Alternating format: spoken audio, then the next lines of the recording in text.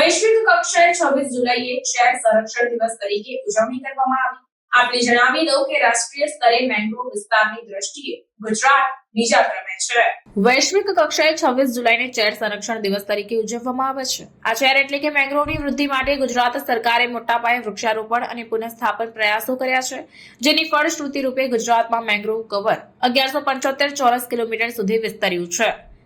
દરિયાઈ ઇકોસિસ્ટમને બચાવવા અને તેને પુનઃસ્થાપિત કરવા માટે નક્કર પ્રયાસો હાથ ધરતા ગુજરાત મેંગ્રોવ વૃક્ષોના સંરક્ષણમાં દેશના અગ્રણી રાજ્યોમાંનું એક બન્યું છે।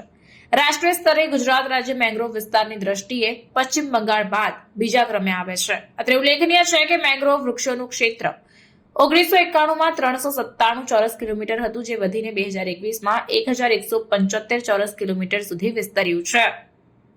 ગુજરાત રાજ્યનો કચ્છ જિલ્લો 799 ચોરસ કિલોમીટર મેંગ્રોવ કવર સાથે અગ્રેસર છે, જે રાજ્યના મેંગ્રોવ કવરનો મોટા ભાગનો હિસ્સો ધરાવે છે। આ સાથે જ કચ્છનો અખાતથી લઈને ખંભાતના અખાત સુધીનો વિસ્તાર અને દક્ષિણ ગુજરાતના દરિયા કિનારો મેંગ્રોવ કવર ધરાવે છે। વર્ષ 2024-25 દરમિયાન કુલ 12,000 હેક્ટરથી વધુ વિસ્તારમાં મેંગ્રોવનું વાવેતર કરવાનું આયોજન કરાયું છે। નમસ્કાર। ગુજરાત સરકારે રાજ્યમાં મેંગ્રોવ વૃક્ષોનું વાવેતર વધારવા માટે સનિષ્ઠ પ્રયાસો કર્યા છે અને તેના પરિણામ સ્વરૂપે આજે ગુજરાતમાં મેંગ્રોવનું આવરણ 1175 ચોરસ કિલોમીટર સુધી વિસ્તર્યું છે।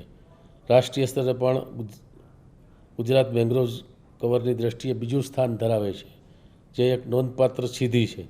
માનનીય વડાપ્રધાન શ્રી નરેન્દ્રભાઈ મોદીએ હંમેશા પર્યાવરણના સંરક્ષણ પર ભાર મૂક્યો છે।